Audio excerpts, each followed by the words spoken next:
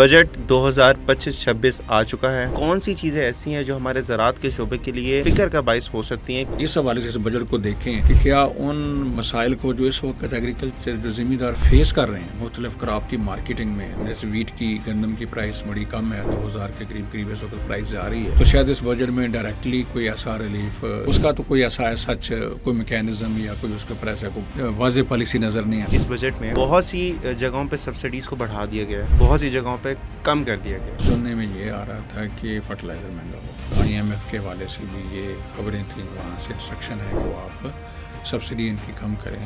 زرعی لونز پہ جو ZTPL کی طرف سے 1 بلین کی جو سبسڈی تھی اس کو بالکل ختم کر دیا گیا. کیا جو کسان کارڈ سے ان کو ہیلپ ہو رہی تھی، کیا اس پہ بھی کوئی امپیکٹ پڑنے چاہ رہا ہے؟ کسان کارڈ کو یہ دے رہے ہیں زیادہ اہمیت، رجسٹریشن ہے گروورز کی، اور اس کے اوپر جو لون مل رہے ہیں وہ پروونشل گورنمنٹ دے رہی ہے. یہ والا بجٹ ان کے مقابلے میں اس کو کیسا آپ نے پایا اور کیا اس کو ریٹ کرتے ہیں؟